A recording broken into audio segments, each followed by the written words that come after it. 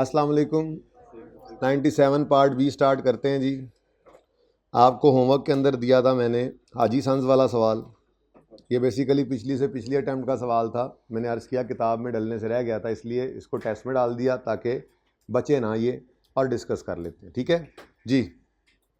Requirement है अब ये 10 से 15 मिनट में कोशिश करके करना है, ठीक है ना। ये अब इस तरह का वो सवाल हमने किया हुआ है, वो क्या नाम था उसका, नाम मुझे ध्यान से जी, इंक्रीज डिक्रीज वाला ही है ये भी, ठीक है। क्या ना, एपी वैक, वो सवाल करने के बाद तो फिर ये तो उसका बच्चा था, ठीक है। क्विकली करना है, ठीक है, ताकि जी ये टेस्ट 11 है। टर्म टेस्ट में रेशो थी नहीं ना, तो इसीलिए वो बाद में करेंगे। जो रनिंग टॉपिक है वो जी। रिक्वायरमेंट है state the effect increase decrease या no effect of each of the above change in the ratio in the next financial year. Use following format, ठीक है। You are working as finance manager of Haji Sons. A new CFO has joined and recommended changes. उसने कुछ मशवराजात दिए हैं to accounting policy, has recommended changes to accounting policies related to assets to improve HL's financial ratios in the next financial statements. ने कहा ज़रा ratios improve करें, loan shown लेने के लिए भी रेशियोज अच्छी होनी चाहिए, इस तरह से होगा ना आगे, ठीक है। तो उन्होंने कहा ज़रा मैं कुछ स्टेप्स बता रहा हूँ वो ले लें, आपकी रेशियोज बड़ी इंप्रूव हो जाएंगी। लोग देखते हैं रेशियोज को, ठीक है।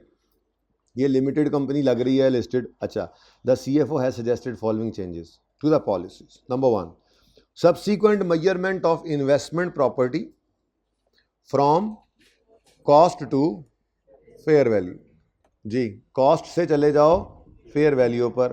अब अगर, और उसने क्या कहा है फिर, उसने ये कहा है कि बताओ इन जो इंक्रीज आएगा डिक्रीज आएगा या कोई इफेक्ट नहीं आएगा किसका, of each of above changes on the ratios in the next financial statements। और कौन सी ratios? net profit to sale, return on assets, return on capital employed, debt equity ratio और current ratio। चलो जी, अब इन ratios को पहले लिख लेते हैं। net profit over sales, ये क्वेश्चन दे दें जी, मत बुलाएं ज़रा उनको कहें कि पेपर ले आए बच्चों के लिए टेस्ट 11। अच्छा, उसके बाद return on assets, return on assets नहीं बोल रहा तो टोटल एसेट्स लेंगे, PBIT ओवर, हाँ होता है एवरेज टोटल था, लेकिन हम अब क्योंकि हमने कौन सा रेशियोज निकालनी है तो मैं सिर्फ एसेट्स ही लिख देता हूँ, ठीक है। PBIT इधर लिख दें, इधर PBIT ओवर टोटल एसेट्स। जाहिर है रेशियो निकालते हुए तो आपने एवरेज ही कर लेना है उनको।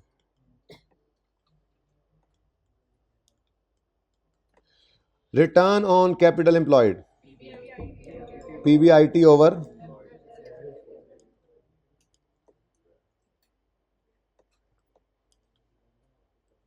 PBIT over average capital employed.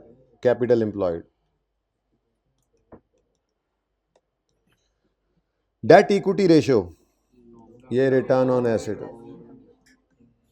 ये कैपिटल एम्प्लॉयड रिटर्न जी। Debt equity ratio, long term loan over long term loan plus equity, हम तो इसको पसंद करते थे, यानी कैपिटल एम्प्लॉयड ही हो गया। लॉन्ग टर्म लोन और इक्विटी और equity plus long term loan, ठीक है जी। और करंट रेशियो, चलो अब ये आपने वर्किंग में अपने पास साइड पे करके पर्चे में वर्किंग 1 में ये लिख ली पर्चे में, ठीक है। अब 1 बाय 1 पढ़ते चले जाते हैं। कहता है जी क्या करो, स्टेप क्या बताया, कॉस्ट मॉडल से फेयर वैल्यू मॉडल पे चले जाओ। अब अगला सवाल पैदा होता है, अगर फेयर वैल्यू मॉडल पे जाएंगे तो फेयर वैल्यू, अच्छा अब ये बात क्या कर रहा है, वो ये कह रहा है कि ये नेक्स्ट फाइनेंशियल स्टेटमेंट्स के अंदर ये असरात ताकि आपके पड़े रेशोज पे, ठीक है ना। तो अगर हम फेयर वैल्यू मॉडल पे जाते हैं तो अगला सवाल ये पैदा होता है कि फेयर वैल्यू गेन आएंगे या लॉस आएंगे। अब ये सवाल जब जहन में आया तो उन्होंने कहा यू मे अज्यूम कि फेयर वैल्यूज या prices of all assets would increase, ठीक है। फेयर वैल्यू, कॉस्ट, प्राइसेस, यानी जहाँ कहीं भी आपने कोई चीज़ खरीदने की बात करनी है या उसकी फेयर वैल्यू लगवाने की बात करनी है तो उनके अंदर क्या है जी, इन्फ्लेशनरी इकॉनमी है, इंक्रीजिंग ट्रेंड है। अब आप फ़ौरन समझ गए कि अगर हम कॉस्ट मॉडल से फेयर वैल्यू मॉडल पे जाएंगे तो हमारा फेयर वैल्यू गेन आएगा, और fair value gain investment property का लॉस तो नहीं ना आ सकता, पहली बात लॉस तो नहीं आ सकता। अगर फेयर वैल्यू गेन है इन्वेस्टमेंट प्रॉपर्टी का तो वो तो ओसीआई में जाता है, ओसीआई में जाता है। हाँ, fair value gain on investment property सीधा बारों बार पीएनएल में जाया करता था। ठीक है जी, चलो अब ये डिसाइड हो गया कि पीएनएल ने हिट होना है, और हिट भी कैसे होना है, इंक्रीजिंग फेयर वैल्यू गेन जो आना है। अब आते हैं जी पहली रेशो की तरफ। प्रॉफिट ने बढ़ना है या कम होना है, बढ़ना है या कम होना है, बढ़ना है। प्रॉफिट बढ़ा तो न्यूमरेटर बढ़ेगा, सेल्स पे तो कोई असर नहीं पड़ रहा, तो रेशो बढ़ जाएगी, इंक्रीज। नेक्स्ट, अच्छा पीबीआईटी ओवर टोटल एसेट्स। अच्छा पीबीआईटी में भी ये गेन पड़ा होगा, पीबीआईटी ने भी बढ़ना है और दूसरी तरफ एसेट्स ने भी बढ़ जाना है। अब अगला मसला आया, ये तो दोनों तरफ ही है। ठीक है, अब मामला ये है कि कभी ये तो नहीं सोच रहे आप, ये तो नहीं सोच रहे आप कि कभी ऐसा भी होता है पीबीआईटी होगा 1000 और टोटल एसेट्स जो हमारे होंगे वो होंगे 10। कोई ऐसा तो नहीं सोच रहा ना, ऐसा तो होता ही नहीं है, ऐसा तो नहीं नॉर्मली होता। आप अच्छी खासी इन्वेस्टमेंट करते हैं करोड़ों रुपए की, करोड़ों रुपए की इन्वेस्टमेंट करके आहिस्ता आहिस्ता आप उससे प्रॉफिट्स अर्न करते हैं। ये थोड़ा ही है कि आपने जो है वो 10 रुपये के एसेट्स लगाए हैं और 1000 रुपये आपको उससे प्रॉफिट आ जाए। तो इसलिए पीबीआईटी ओवर एसेट्स की रेशो के अंदर पीबीआईटी ही छोटी फिगर हो सकती है। तो आप इसको अज्यूम करना चाहें कर लें कोई डाटा, मेरे ख्याल में तो सिंपल कमज़ोर के ऊपर असर डालें, पीबीआईटी बढ़ेगा या कम होगा। अब असर ज़्यादा किसने लेना है, कमज़ोर ने, तो पीबीआईटी बढ़ने से इस रेशो में भी क्या आ जाएगा, इंक्रीज। अगर मसला है तो बता दो, मैं कोई डाटा अज्यूम कर लेता हूँ। एसेट्स कैसे बढ़ेंगे, फेयर वैल्यू गेन इन्वेस्टमेंट एक मिनट, इन्वेस्टमेंट प्रॉपर्टी डेबिट, इधर देख लो, investment property debit PNL credit fair value gain से। तो पीएनएल भी बढ़ रहा है, इन्वेस्टमेंट प्रॉपर्टी भी बढ़ रही है। तो इन्वेस्टमेंट प्रॉपर्टी का बढ़ना और पीएनएल का बढ़ना ये दोनों सेम अमाउंट से होंगे, न्यूमरेटर डिनोमिनेटर में सेम अमाउंट से चेंज है। तो फिर क्या नॉर्मल अजम्पशन है कि पीबीआईटी छोटी फिगर होनी चाहिए या एसेट्स, टोटल एसेट्स, बिजनेस के सारे एसेट्स से पीबीआईटी ज़्यादा हो सकता है? ये तो मुमकिन नहीं ना होता बेटा। टोटल एसेट्स, करोड़ों की इन्वेस्टमेंट करके कुछ आहिस्ता आहिस्ता कई साल में जाके हम प्रॉफिट्स कमा रहे होते हैं, तो बेतुकी तो अजम्पशन नहीं ना ले सकते। ये वाली अजम्पशन तो नहीं ले सकते जो थोड़ी देर पहले ली थी मैंने कि 1000 का प्रॉफिट और टोटल एसेट्स हमारे पास 100 रुपये के, बराबर भी नहीं हो सकता। हमेशा प्रॉफिट की फिगर्स बहुत कम होगी एसेट्स के बदले में। एसेट्स क्या है, एसेट्स क्या है, हमने इन्वेस्टमेंट की है, कैश फ्लो में पढ़ के आए, इन्वेस्टिंग एक्टिविटीज़, फाइनेंस रेज करते हैं, इन्वेस्टमेंट करते हैं, फिर उससे आहिस्ता आहिस्ता ऑपरेशंस करके प्रॉफिट्स अर्न कर रहे होते हैं। तो प्रॉफिट की फिगर तो छोटी होगी। अगर दोनों तरफ बराबर चेंज है, दोनों तरफ बराबर चेंज, तो कमज़ोर कौन है इस रेशो में, पीबीआईटी। तो फिर उसके ऊपर सोचो, दूसरे को भूल जाओ। अब पीबीआईटी क्या हो रहा है इस वजह से, बढ़ेगा, बढ़ेगा तो न्यूमरेटर के बढ़ने से रेशो बढ़ जाएगी। नहीं समझ आ रही होगी तो डाटा अज्यूम कर लेना। नेक्स्ट, तीसरी है जी पीबीआईटी ओवर कैपिटल एम्प्लॉयड। अच्छा कैपिटल एम्प्लॉयड भी तो एक तरह के एसेट्स ही होते हैं। ठीक है, अगेन वही वाली बात आ गई, क्योंकि लंबी बात करें तो पीबीआईटी ने बढ़ना है, पीबीआईटी ने बढ़ना है तो पैट ने बढ़ना है, पैट ने बढ़ना है तो रिटेन्ड अर्निंग ने बढ़ना है। रिटेन्ड अर्निंग कहाँ पड़ी होती है, इक्विटी में, जो कहाँ पे पड़ी है, कैपिटल एम्प्लॉयड में। तो कहा जाए तो ज़बरदस्ती टैक्स का इम्पैक्ट अगर निकाल भी दें, वैसे टैक्स के अज्यूम करें आपके ऊपर टैक्स नहीं ना लगता, वरना ये सोच सकते हैं ना, ये सोच सकते हैं, आपके सिलेबस में इस तरह से है नहीं, ठीक है, लेकिन कोई बच्चा ये भी सोच सकता है जी गेन तो आया होगा 100 रुपये का, लेकिन टैक्स के बाद पैट में तो बचा होगा 70 रुपये। तो इस तरह से भी कुछ लोग सोचकर कह सकते हैं कि जी रिटेन्ड अर्निंग्स में कमी, जो इजाफा है वो थोड़ा कम है बनिस्बत उसके जो पीबीआईटी में। ये बात मैंने ज़रा मुश्किल सी कर दी। सेल से चलते चलते चलते फेयर वैल्यू गेन आता है, 100 रुपये का गेन आया, ठीक है जी। अच्छा उसके बाद यहाँ पर प्रॉफिट आ रहा है आपका 5000 रुपये का, इसमें ये 100 पड़ा है, ठीक है ना जी। ये प्रॉफिट बिफोर टैक्स है, इसमें से टैक्स माइनस होना है, टैक्स है लेट से 30%, तो 5000 का 30% क्या बनता है 1500। ये होने के बाद माइनस पैट कितना बचा 3500। इसका मतलब ये हुआ कि इस 5000 में जो 100 पड़ा था उस पर भी तो यही रेट लगा टैक्स का। तो जो पैट के अंदर फिगर बची है, अब हमारी इस रेशो के अंदर क्या यूज हो रहा है ऊपर डिनोमिनेटर न्यूमरेटर में, पीबीआईटी, पीबी ये यहां पर आते आते तो 100 रुपए का गेन, यानी कि पीबीआईटी में कितना इंक्रीज है 100 का, और ये पैट निकल कर जाएगा रिटेन्ड अर्निंग्स में, उसमें कितना इंक्रीज होगा, ये 3500 के अंदर कितना पड़ा है, क्योंकि टैक्स लग गया तो 70। मैंने कहा कोई इतना डीप डाउन जाके भी सोच सकता है, तो यहां से वो कह सकता है कि पीबीआईटी में 100 का इंक्रीज है जबकि इक्विटी के अंदर 70 का है, तो इसलिए ये तो बराबर ही नहीं है सर, इजाफा वैसे ही न्यूमरेटर में ज्यादा है, तो चले सिर्फ उसी के हिसाब से ही सोचें। कुछ ऐसे भी कर सकते थे, लेकिन बहुत डीप डाउन सोचने वाले। मैं तो कह रहा हूं उधर भी ना जाओ, सुकून मारो, पीबीआईटी ओवर कैपिटल एम्प्लॉयड, तो न्यूमरेटर ही कमजोर है, दोनों तरफ बराबर भी किसी ने अज्यूम किया हो तब भी उसने यही कहना है कि पीबीआईटी कमजोर है, ठीक है, तो कमजोर ने ज्यादा असर लेना है, तो पीबीआईटी बढ़ेगा तो रेशियो भी बढ़ेगी। ये मैंने बात वैसे ही मेरे मुंह से निकल गई थी, मैंने करनी ही थी, वैसे नियत नहीं करके आया था, ये बात कर मुंह निकल गई। चले अब हो गया ना, नहीं इधर से पकड़ने वाली बात नहीं है, डीप डाउन जाकर सोचे तो बात ऐसी है कि पीबीआईटी रेशियो में न्यूमरेटर में पड़ा है, पीबीआईटी तक 100 का गेन पड़ा हुआ है, लेकिन जब टैक्स माइनस होकर पैट निकल कर रिटेन अर्निंग में जाएगा तो इक्विटी का इजाफा तो 70 रह गया, तो देखा जाए तो न्यूमरेटर में ज्यादा इजाफा है डिनोमिनेटर के, तो ये तो और पक्का उसूल है देखा जाए तो यहां पर कि आप सिर्फ न्यूमरेटर को देखेंगे। लेकिन मैं कह रहा हूं छड्डो एनू डायरेक्ट ही चलो, बचपन वाला काम ही करो, पीबीआईटी भी बढ़ेगा और इक्विटी भी बढ़ेगी, लेकिन न्यूमरेटर कमजोर ही होता है इस रेशियो के अंदर नॉर्मली, जो नॉर्मल जम्पशन है, तो इसकी इसी वजह से इसमें क्या करोगे इंक्रीज। ये तो मजे का था ही नहीं, तो मुफ्त के नंबर थे, मजे का तो ये अगला है। अच्छा जी नेक्स्ट, डेट इक्विटी रेशियो।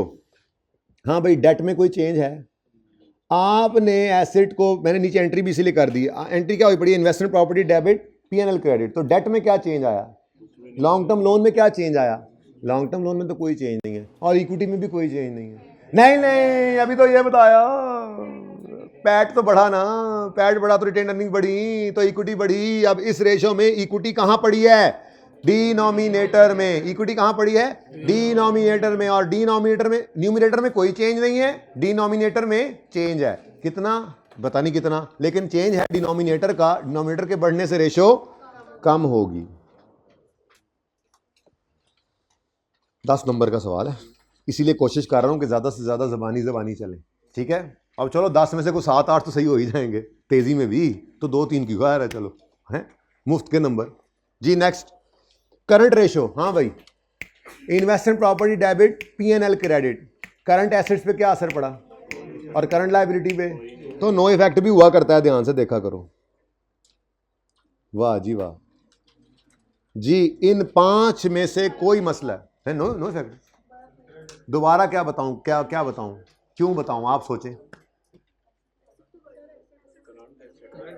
कौन सा एसेट बड़ा है, इन्वेस्टमेंट प्रॉपर्टी केड़ा एसेट होता है, करंट एसेट होता है, खुदा का खौफ करो, करंट एसेट्स लेने हैं यहाँ पे इस रेशो में, वो इन्वेस्टमेंट प्रॉपर्टी करंट एसेट से ऊपर पड़ी होती है, डेटर बढ़ गए, कैश बढ़ा, फेयर वैल्यू गेन है, कैश नहीं आ रहा, इन्वेस्टमेंट प्रॉपर्टी बढ़ रही है और गेन बढ़ रहा है, हाँ जी कोई असर नहीं। सोचे मैं इसीलिए बुलाया आपको एक्स्ट्रा क्लास, मुझे कोई जल्दी नहीं है इस वक्त, आप एक एक चीज समझा करें जी। क्लियर है अच्छा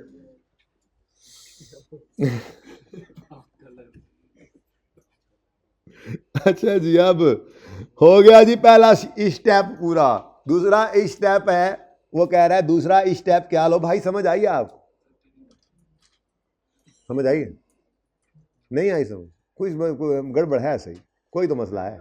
अच्छा ना करके तो देखो मैं क्लास से निकाल दूंगा तुम्हें अच्छा जी, जो कि मैं नहीं कर सकता, मैं मैक्सिमम क्या कर सकता हूँ, खड़े हो जाओ क्लास में जाके पीछे, नहीं कोई बच्चा क्लास में आ जाए क्लास लेने, तो मैंने क्लास से आज तक कभी नहीं निकाला उसको, घर से आ जाता है ना 1.5 घंटा खड़ा रख देता हूँ बस उसको, वो खुद ही जाना चाहे तो चला जाए, ये ऑप्शन होता है उसके पास। तो इसलिए समझ आई या नहीं आई, आप सही वाला बता रहे हैं क्योंकि करना तो है नहीं सर ने जी। हाँ जी क्या करो,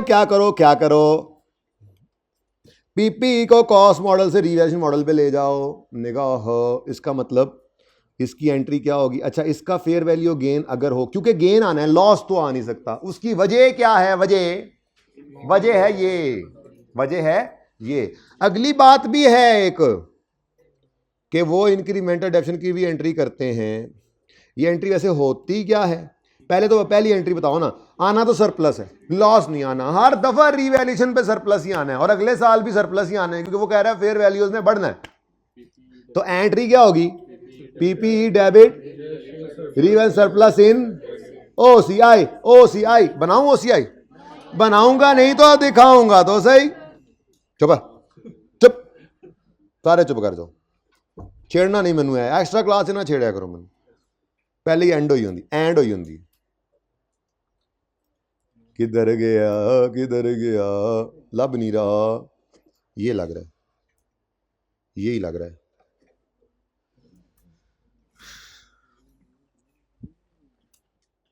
पैट के बाद होता है, अच्छा वो वाली तो अभी भी सामने नहीं आई, चलें वो कहाँ थी, स्टेटमेंट ऑफ चेंजेस इन, ठीक है उधर लबे छड़े, यहीं पे बना लें, यहीं पे बना लें। पैट के बाद होता है जी अदर कॉम्प्रिहेंसिव इनकम, उसमें होता है चेंज इन, मैं सिर्फ रीवैल्यूएशन सरप्लस लिख रहा हूँ क्योंकि वहाँ रीवैल्यूएशन सरप्लस लिखा है, ठीक है ना। अच्छा जी, वो समझाने के लिए था चेंज, ताकि प्लस माइनस दोनों लेने आ जाएं आपको जब सिखा रहा था, ठीक है ना। रीवैल्यूएशन सरप्लस ही लिखा होता है, चेंज नहीं लिखा होता फाइनेंशियल स्टेटमेंट्स में, बाय द वे बता दूं, वो तो सिर्फ समझाना था, चेंज ना लिखता तो आप कहते सरप्लस आए लॉस ना आए, नेगेटिव कैसे हो सकता है, हालांकि ऊपर एक्सपेंसेस दे रहे होते हैं, इसलिए उस वक्त मैंने चेंज लिखा था। प्रैक्टिकली सिर्फ रीवैल्यूएशन सरप्लस होता है, उसका चेंज ही लेना होता है, लेकिन लिखते सिर्फ रीवैल्यूएशन सरप्लस है। तो इसका मतलब रीवैल्यूएशन सरप्लस यहाँ पे आएगा और फिर टोटल कॉम्प्रिहेंसिव इनकम आएगी। अब आपको पता है कि ये दोनों अब अलग अलग गाड़ी में बैठेंगे, अलग अलग गाड़ी में बैठकर अलग अलग घरों में जाएंगे। ये जाता होता है रिटेन अर्निंग्स में और ये जाता होता है अपनी नीली गाड़ी में बैठकर रीवैल्यूएशन सरप्लस में, दोनों अलग अलग, ठीक है। तो ये मैंने कहा ज़रा बता दूं। अब अगर रीवैल्यूएशन अपवर्ड हो, अपवर्ड ही होनी है, अपवर्ड हो तो सरप्लस जो आया है वो प्रॉफिट को हिट करेगा, सरप्लस प्रॉफिट को हिट नहीं करता, वो तो पैट के बाद आ रहा है, तो बस प्रॉफिट पे तो कोई असर नहीं। क्या क्या क्या डेप्रिसिएशन, क्या मतलब, अपवर्ड रीवैल्यूएशन है तो डेप्रिसिएशन इंक्रीमेंटल आती है, उसी की तो एंट्री फिर करते होते थे revaluation surplus debit retained earning. जब रिटेन्ड अर्निंग रो रहा होता था तेरी वजह से सरप्लस, तेरी वजह से लड़ते थे आपस में, याद है चेन इक्विटी के अंदर, तेरी वजह से मुझे ये नुकसान हुआ, कहता है बड़ा नुकसान, तो वो फिर इक्विटी के अंदर एंट्री होती थी revaluation surplus debit retained earnings credit. याद आया कुछ, इसका मतलब पूरी कहानी क्या, ये सबसे टेक्निकल यही था। अपवर्ड रीवैल्यूएशन का असर, रीवैल्यूएशन का जो असर होगा वो तो प्रॉफिट को हिट नहीं करेगा, ये रीवैल्यूएशन क्रेडिट, लेकिन जो एसिड डेबिट हुआ था उस पर जब डेप्शन चार्ज होती है तो वो डेप्शन इंक्रीमेंटल यहां पड़ती है, फिर जाकर उसका असर हम इक्विटी में निकालते हैं, यहां पर इंक्रीज डेप्रिसिएशन ही ले लेते हैं। इसका मतलब अपवर्ड रीवैल्यूएशन होने से प्रॉफिट ने कम होना है, प्रॉफिट ने, कोई ये तो नहीं सोच रहा डेप्रिसिएशन बढ़ेगी प्रॉफिट कम करने के लिए और गेन ने जाके उसको नील कर देना है, ये गेन उधर नहीं जाता, सिर्फ रिवर्सल ऑफ लॉस आता है। वो ऐसी बात उसने की नहीं, उसने ये कहा है कि इन्फ्लेशनरी इकोनॉमी है, फेयर वैल्यू ने बढ़ते चले जाना है, तो भाई रीवैल्यूएशन अपवर्ड से एसिड डेबिट हुआ और सरप्लस ओसीआई में क्रेडिट हुआ, इसने तो पैट को, पीबीआईटी को, किसी भी चीज को इससे ऊपर नहीं छेड़ा, लेकिन ये जो एसिड डेबिट हुआ है, इस एसिड के डेबिट ने डेप्रिसिएशन बढ़ा दी, ठीक है, डेप्रिसिएशन बढ़ने से प्रॉफिट कम हो गया, ठीक है। तो इसका जो असर होगा ना, इस पीपीई के डेबिट का असर जो होगा, उसका असर क्या होगा, increase in depreciation, increase in depreciation, जिस वजह से इंक्रीज इन डेप्रिसिएशन, जिस वजह से डिक्रीज इन प्रॉफिट होगा, तो बोलो, और इसका कोई असर पीएनएल पे नहीं पड़ेगा, ठीक है, ये आउट ऑफ इक्विटी है। फिर अगली बात आती है, सड़ मैं गया ताड़ियां गल्लां तो सुन सुन के बचाओ ना करो, ये भी तो एंट्री है, तो मैंने कहा यार है तो है, मैं क्या करूं, एक जेब से पैसे काट के मैं दूसरे जेब से पाला और मैं कहूं मैं अमीर हो गया, व्हाट द हेल, क्या बात करते हैं आप, क्या बात कर रहे हैं आप। Revaluation surplus debit, retained earnings credit, दोनों ही इक्विटी में पड़े हैं, दोनों ही शाला लाभ वंजे नहीं है इधर, वैसी कोई मेरे पास बैलेंस शीट नहीं है, मैं कहां से दिखाऊं बैलेंस शीट, लेकिन चलो आपके दिमागों में तो है statement of changes in equity, statement of, चलो छोड़ो अब क्या ढूंढना। ढूंढे? Statement of changes in equity जो है उसके अंदर share capital, share premium, retained earning, revaluation surplus होता था। जो ट्रांसफर ऑफ इंक्रीमेंटल डेप्शन है उसकी एंट्री होती थी revaluation surplus debit, retained earnings credit. तो इक्विटी के अंदर ही एक चीज कम और एक चीज ज्यादा, तो असर क्या पड़ा नेट में? तो इसका कोई असर, ठहरो सवाल तो और पास से है, नहीं आ रही समझ, नहीं आ रही समझ, नहीं आ रही समझ। यानी कि इक्विटी पर इसका, इधर देखो बेटा please, no effect on equity. नहीं मैं इसको खुद समझाता हूं। ऐसे कैसे? एक्स्ट्रा क्लास में मुझे कौन सी जल्दी होती है, पता ही है आप लोगों को। Statement of changes in equity में share capital, retained earnings, revaluation surplus. अब ये जो ट्रांसफर की एंट्री है, ये एंट्री होती है लेट से 5 रुपये इधर से निकल कर इधर आ गए। लेट से ओपनिंग था 100 रुपये, 50 रुपये, 10 रुपये, क्लोजिंग में 100 रुपये, 55 रुपये, 5 रुपये और कुछ भी नहीं हुआ, तो टोटल 160 ही था, 160 ही है। अगर बैलेंस शीट के हिसाब से देखो तो बैलेंस शीट के अंदर इक्विटी को हम इस तरह से लिखते होते हैं, शेयर कैपिटल,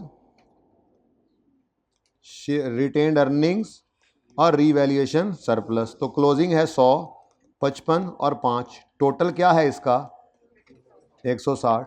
अब क्या इस चेंज की वजह से 160 में कोई, इस चेंज की वजह से 160 में कोई चेंज आया है? तो ये मैं अर्ज कर रहा था कि ये जो आपकी इंक्रीमेंटल डेप्रिसिएशन की एंट्री है, इस एंट्री ने इक्विटी पे कोई असर नहीं डालना। यानी इस पूरी कहानी का लुबे लुबाब क्या है? अगर रीवैल्यूएशन अपवर्ड करेंगे तो प्रॉफिट ने कम होना है और एसेट्स ने बढ़ना है, ठीक है ना? और सही है। अब आते हैं 1 बाय 1 रेटियोज पर। पहली रेटियो क्या कहती है? Net profit over sale. Sale पे तो कोई चेंज नहीं है। देखो ना, ये दो चीजें आपके सामने, एक एंट्री मैंने ये कर दी, एक एंट्री ये है, दूसरी एंट्री ये है, ठीक है? पहली एंट्री नेट प्रॉफिट पे कोई असर डाल रही है? 1 बाय 1 देखें, नहीं, पहले 1 बाय 1, असरात बाद में। दूसरी एंट्री नेट प्रॉफिट पे कोई असर डाल रही है सेल पे? इसका मतलब ये तो नहीं हुई, लेकिन एक चीज बीच में से निकल आई, इसके बढ़ने से डिडक्शन बढ़ी और प्रॉफिट। इसका मतलब पहली रेशो के अंदर जो चीज हिट हो रही है वो क्या है, और वो हिट क्या बढ़ रहा है या घट रहा है? कम हो रहा है। नेट प्रॉफिट डिडक्शन के बढ़ने की वजह से कम हो गया, डिक्रीज इन प्रॉफिट। तो न्यूमरेटर कम हुआ तो रेशो, न्यूमरेटर कम होगा तो रेशो भी कम हो जाएगी। ठीक हो गया जी? नेक्स्ट, रिटर्न ऑन एसेट्स, साथ ही रेशो लिखी हुई है। पीबीआईटी, अच्छा देखो, पीबीआईटी, पीबीटी, पैट सारे ही कम हो गए ना। जीपी के बाद ये एक्सपेंस आता है, अगर तो पहले भी आ सकता है, कॉस्ट ऑफ सेल में डिडक्शन हो सकती है, ये प्लांट की भी तो रीवैल्यूएशन हो सकती है, वो तो कॉस्ट ऑफ सेल में चली जाएगी। मतलब कहने का ये है कि डेप्रिसिएशन पीबीटी से भी ऊपर, पीबीआईटी से भी ऊपर ऑपरेटिंग प्रॉफिट में आ जाती है ना डेप्रिसिएशन। तो या तो कॉस्ट ऑफ सेल या सेलिंग या एडमिन, डेप्शन तो इधर ही 3 में जाती है। अदर एक्सपेंस में तो डेप्शन ही ना हो सकती। तो बोलो, अब इसका मतलब पीबीआईटी ने कम होना है, हम पहले डिसाइड कर रहे हैं, क्योंकि प्रॉफिट के अंदर क्या है, कमी है। तो पीबीआईटी न्यूमरेटर कम हो रहा है, at the same time denominator बढ़ भी रहा है, डिनोमिनेटर बढ़ भी रहा है। अब कुछ लोग यूं कहेंगे, नहीं कुछ लोग क्यों कहेंगे, ये तो ऑपोजिट है, ऑपोजिट है। न्यूमरेटर कम हो रहा है, डिनोमिनेटर बढ़ रहा है। ईरान तुरान, याद है वो बात मैंने की थी ना, न्यूमरेटर उलट डिनोमिनेटर उलट, दोनों 180 पे चल रहे हैं ना, तो दोनों से कोई एक पकड़ लो। जैसे न्यूमरेटर का कम होना रेशो को बढ़ाएगा और डिनोमिनेटर बढ़ रहा है, उससे रेशो ओहो नहीं, ईरान तुरान नहीं है, आई एम सारी, प्रॉफिट बढ़ा या कम हुआ, और नीचे एसेट्स, तो उलट हो गया। प्रॉफिट का कम होना रेशो को, ओ माय गॉड, कम करेगा, और नीचे एसेट बढ़ रहा है, वो भी रेशो को, अच्छा है तो ईरान तुरान, लेकिन इस तरह वाला है हैं जी, जंगी जहाज वाला, टक्कर हो गई जी। तो भाई समझ आई है? एवं गपशप से गल निकलते नहीं कि टाइम निकली जा रहा है तो समझ नहीं रहे। अभी ये सारे रहते हैं जी। क्या सर, सब फरमाइश फलां करवा दें, हैं? आ गई समझ जी? प्रॉफिट डेप्शन कम होगी तो डेप्शन बढ़ेगी तो प्रॉफिट कम होगा, न्यूमरेटर की कमी रेशो को बढ़ाएगी। दूसरी तरफ डिनोमिनेटर में एसिड ने बढ़ना है, एसिड का बढ़ना भी रेशो को, चलो मैनू भी माफ कर दो, दोबारा सुनो और आखिरी वर्जन सुनो। प्रॉफिट की कमी, क्योंकि न्यूमरेटर में प्रॉफिट पड़ा है तो न्यूमरेटर कम होगा तो प्रॉफिट, न्यूमरेटर कम होगा तो रेशो बढ़ेगी। पक्की बात है। चलो पहले थोड़ा मिसिंग और अब थोड़ा शुगल, एक बार दोबारा आखिरी बार, अब सही से बताना, डेप्रिसिएशन बढ़ी है या कम हुई है? डेप्रिसिएशन के बढ़ने से प्रॉफिट, अब न्यूमरेटर का रेशो के साथ डायरेक्ट रिलेशन है, तो अगर न्यूमरेटर कम हुआ है तो रेशो भी कम। दूसरी तरफ डिनोमिनेटर, डिनोमिनेटर बढ़ रहा है, डिनोमिनेटर का रेशो से इनवर्स रिलेशन, तो डिनोमिनेटर बढ़ेगा तो भी रेशो, तो 2 दफा डिक्रीज लिख दें। अच्छा नेक्स्ट, और पीबीआईटी ओवर कैपिटल एम्प्लॉयड, ये मेरे ख्याल में सोचे बगैर ही लिख दें, इतना सोचोगे तो मैं इतना हो जाओगे। और यार वही है ना, पीबीआईटी कम और इधर कैपिटल एम्प्लॉयड भी एक तरह के एसिड्स बढ़, ठीक है ना, कि है सोचने की जरूरत, इजी है, चलने दो। नेक्स्ट, लॉन्ग टर्म लोन पे क्या असर पड़ा? कोई नहीं, लेकिन इक्विटी पे तो पड़ा। हाँ, इक्विटी पे भी कोई इफेक्ट नहीं है। इक्विटी पे ये वाला इफेक्ट तो नहीं है, ये वाला तो है, ये वाला नहीं है, ये वाला तो है। इंक्रीमेंटल डेप्शन की वजह से प्रॉफिट कम हुआ, कम प्रॉफिट इक्विटी में गया ना, तो इक्विटी के अंदर असर है। इंक्रीमेंटल डेप्शन वाली ये ट्रांसफर की एंट्री का असर तो नहीं है, लेकिन अपवर्ड रिवाइजन की वजह से जो इंक्रीमेंटल डेप्शन प्रॉफिट को हिट, इधर प्रॉफिट हिट करा रहे थे, नहीं करा रहे थे, प्रॉफिट कम प्रॉफिट कम प्रॉफिट कम थे, प्रॉफिट कम थे, रिटेन अर्निंग वध नहीं, तो ये असर है। इसी को निकालने के लिए फिर आगे दूसरी एंट्री करते थे, तो वो एंट्री सिर्फ इस असर को इधर से उधर कर देती थी, पर ये असर तो है ना, असर तो पड़ा हुआ है ना, ठीक है जी। डिक्रीज क्या है, क्या है? पीबीआईटी ओवर क्या है, सॉरी इक्विटी बढ़ रही है, तो इक्विटी डिनोमिनेटर, डिनोमिनेटर अच्छा डिक्रीज हो रही, ठीक है, तो फिर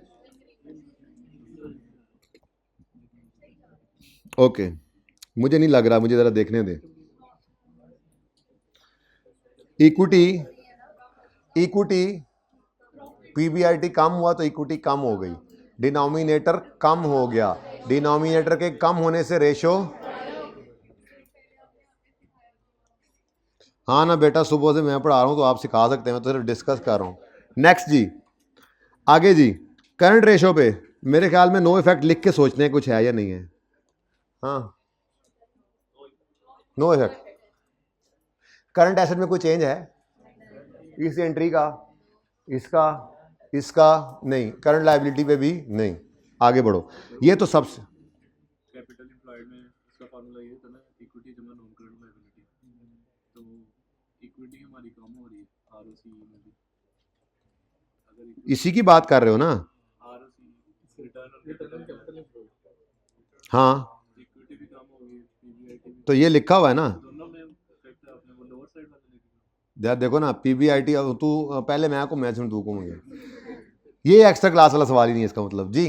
पीबीआईटी कम हुआ है, न्यूमरेटर कम होने से रेशो, न्यूमरेटर कम होने से रेशो, न्यूमरेटर कम होने से रेशो, न्यूमरेटर कम होने से रेशो। अब ये एक कमी आ गई, अब दूसरी तरफ आओ, वो भी यही असर है, आंसर यही है। कैपिटल एम्प्लॉयड क्यों? क्योंकि प्रॉफिट कम हुआ तो रिटेन्ड अर्निंग्स कम, और इसका असर पड़ा नहीं। अब डिनोमिनेटर का असर उलट है, डिनोमिनेटर की कमी ने बढ़ाना है। अब दोनों तरफ इंपैक्ट ऑपोजिट आ गया, तो कमजोर कौन? ऊपर वाला। ये इस तरह से चल रहा था असल में, ठीक है ना, यही आना है। सर ऊपर वाले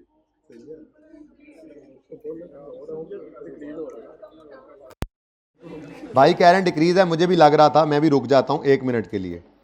दोनों तरफ सेम है, क्या हो रहा है इधर देखो, पीबीआईटी कम हो रहा है, उसके बाद कैपिटल एम्प्लॉयड भी कम हो रहा है, यही बात है। अब दोनों में से कौन कमजोर लग रहा है? होता कौन है? न्यूमरेटर, तो न्यूमरेटर की कमी रेशो को कम करेगी, बढ़ाएगी नहीं। ये सेकंड लास्ट, ये सही था, थर्ड लास्ट की बात है, वो थर्ड लास्ट वो थर्ड वाला, ये सेकंड लास्ट ठीक था। ये वाला RSE की बात है, ये वाला ये इसी की बात कर रहा हूँ, तो ये इसी के सामने नहीं पड़ा हुआ। एरो देखे थे। Oh okay okay okay okay okay okay okay sorry, बताओ जी बताओ। मेरे ख्याल से यदि बस कर दी तो अपना काम करिए दूजा। ये वापस आए, ये रेशो लिखी हुई है पीबीआईटी, ये बेसिकली नंबर 3 पे है, ये नंबर 3 पे है। अब पीबीआईटी कम हो रहा है और कैपिटल एम्प्लॉयड भी कम हो रहा है, लेकिन जब दोनों की तरफ कमी है तो हम क्या कर लेते हैं, हम कमज़ोर को पकड़ लेते हैं, ठीक है, सुकून से, ठीक है, नॉर्मली जो होता है, तो उसकी कमी क्या कर देगी, न्यूमरेटर कमी रेशो को, तो ठीक तो लिखा हुआ था। तो अच्छा वो मेरे ख्याल में मैंने यूं करके देख लिया ना, यूं करके। ओके नेक्स्ट, ये आसान है सबसे ज़्यादा। आप वेटेड एवरेज से फाइफो पे चले जाओ। अब वेटेड एवरेज से फाइफो पे जाना, और साथ ही वो क्या कह रहा है, पीरियोडिक इन्वेंट्री सिस्टम मेंटेन होता है, इसका मतलब परचेजेस का अकाउंट बनता है, ये भी जरा ध्यान में रख लें, ठीक है। अब वेटेड एवरेज से फाइफो पे जाना है और महंगाइयों का जमाना है,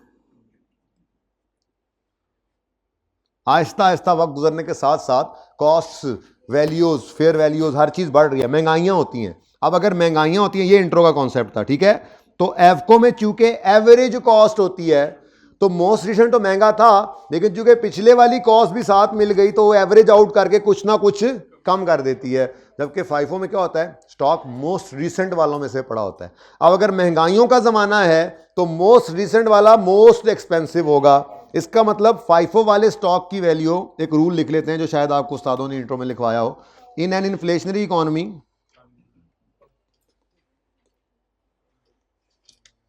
महंगाइयों का जमाना अगर हो, in an inflationary economy, value of stock, मैं इसको कॉस्ट लिख लूँ, ज़्यादा बेहतर नहीं है, वैसे वैल्यू ज़्यादा अच्छा लफ्ज़ है, चलो वैल्यू आप फिर एनआर वगैरह लगा के, value of stock under FIFO is higher than AVCO. अब वो क्या कह रहा है, करंटली एवको पे हो और फाइफो पे चले जाओ, यानी इस स्टेप की वजह से हमारा क्लोजिंग स्टॉक क्या हो जाएगा, इंक्रीज। क्लोजिंग स्टॉक के इंक्रीज होने से प्रॉफिट भी हो जाएगा इंक्रीज, क्योंकि क्लोजिंग स्टॉक और प्रॉफिट का रिलेशन क्या था, डायरेक्ट, ठीक है। अब लेकिन ये है जीपी से ऊपर वाली चीज, सिर्फ इतनी सी बात है इस पूरे पॉइंट में, अगर फाइफो से एफको पे जाएंगे तो क्लोजिंग स्टॉक ने क्या होना है, बढ़ना है। अब क्लोजिंग स्टॉक का असर प्रॉफिट पे क्या होता है, जीपी बढ़ता है, नेट प्रॉफिट तो नहीं बढ़ेगा ना, और जीपी सबसे ऊपर है, जीपी में जो भी असर पड़ेगा वो बाकी सब पे ही पड़ जाएगा, ठीक है। अब प्रॉफिट बढ़ रहा है या कम हो रहा है, प्रॉफिट बढ़ रहा है, न्यूमरेटर बढ़ रहा है, न्यूमरेटर के बढ़ने से ये रेशो, आप फौरन कह सकते हो टोटल एसेट में स्टॉक भी तो पड़ा है। मैं वही वाली बात करूंगा कि दोनों ही हैं, दोनों में ही अगर सेम इंक्रीज है तो भाई न्यूमरेटर कमजोर है, उसी की तरफ ही चलो, ठीक है। नेक्स्ट, पीबीआईटी ओवर, यार एक तो ये रेशो इधर उधर लिखवा दिए ना आपने मुझे, ये बड़ा मसला हो रहा है। ये इधर है return on asset, PBIT over total asset, वही सेम ही है, कोई फर्क तो नहीं है, ठीक है। अच्छा सॉरी, देखा ना, ये मैंने बोला गलत है, लिखा सही है, मैंने उसका असर बता दिया, नहीं नेट प्रॉफिट, ये ऐसे छुपा के, नेट प्रॉफिट और सेल रेशो पे इसका क्या असर पड़ेगा, क्लोजिंग स्टॉक बढ़ा है तो प्रॉफिट, नेट प्रॉफिट बढ़ गया, क्या सेल पे कोई असर है, ये तो सिर्फ न्यूमरेटर बढ़ा, तो न्यूमरेटर के बढ़ने से रेशो लिखा मैंने सही था, लेकिन मैंने पढ़ ये दिया था, मैं कह रहा हूं ना, मुझे आपने तो घुमा दिया असल में जी। इंक्रीज आपने तो अलग वर्किंग में लिखना है, ऐसे आप ना लिखना ऊपर, ये ना हो आप भी देखें कुछ और लिखें कुछ, अलग से वर्किंग में ऐसे तरतीब से, और वन बाय वन देख के उसको लेते जाइएगा, ठीक है ना। अच्छा जी, मैं ज़रा ऐसे लालच की कि ज़रा सामने ही आ जाए, सब कुछ सामने ही आ गया। नेक्स्ट, तो कहते नहीं सामने ही आ गया, हाँ जी। अब ये वाला है, ये वाला, ये जी, क्लोजिंग स्टॉक के बढ़ने से प्रॉफिट बढ़ता है, लेकिन ये दोनों ही बढ़ेंगे, इधर एसेट भी बढ़ेगा, पर नॉर्मली ये आपको पता है इस रेशो के अंदर टोटल एसेट से प्रॉफिट तो कम ही होते हैं, तो न्यूमरेटर का इंक्रीज ही अज्यूम करके, मतलब सिर्फ उसी की तरफ देखते हुए न्यूमरेटर का बढ़ना बढ़ा देगा। ये आसान थी सबसे ज्यादा जी।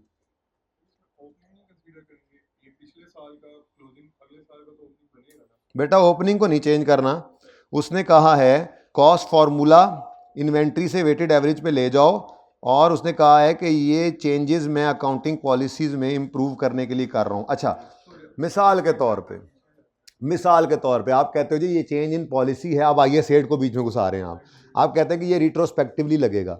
इसका मतलब पिछले साल का क्लोजिंग स्टॉक भी बढ़ा होगा, उससे भी प्रॉफिट बढ़ा होगा। अब जब ये पता ही नहीं है कि पिछले साल का प्रॉफिट ज़्यादा था या इस साल का ज़्यादा था, तो फिर बेलने में बाजू ज़रूर देना है पिछले साल का प्रॉफिट स्टॉक सोचकर। हम यही अज्यूम कर लेंगे कि पिछले साल में प्रॉफिट था नहीं, ये स्टॉक था नहीं, या अगर था तो वो कम ही होगा, उसके असरात को मत सोचो। अगर बहुत तकलीफ हो रही है तो एक अजम्पशन लिख दो कि opening stock in the absence of data is assume to be zero, ताकि उसको पता लग जाए कि मैंने आई सेट का असर, वैसे ज़रूरत नहीं थी, उसने सिर्फ ये कहा था कि रेशो का बता दो, डीप डाउन गया नहीं, वरना उसको ओपनिंग भी बताना चाहिए सर। फिर ओपनिंग बताएगा तो फिर उसके बाद फिर उसको बताना पड़ेगा कि जी उससे पहले फिर कुछ नहीं था, बिजनेस पिछले साल शुरू हुआ है, वरना आप तो कहोगे कि सारी ज़िंदगी के बताओ स्टॉक्स, ताकि मैं सारी ज़िंदगी के स्टॉक्स को देखकर चलूं। तो इसलिए नॉर्मल अजम्पशन लो कि अभी सीएफओ आया, उसने कहा यार स्टॉक का वैल्यूएशन मेथड बदल लो, तो वो क्लोजिंग स्टॉक पर ही देखकर कर लो काम।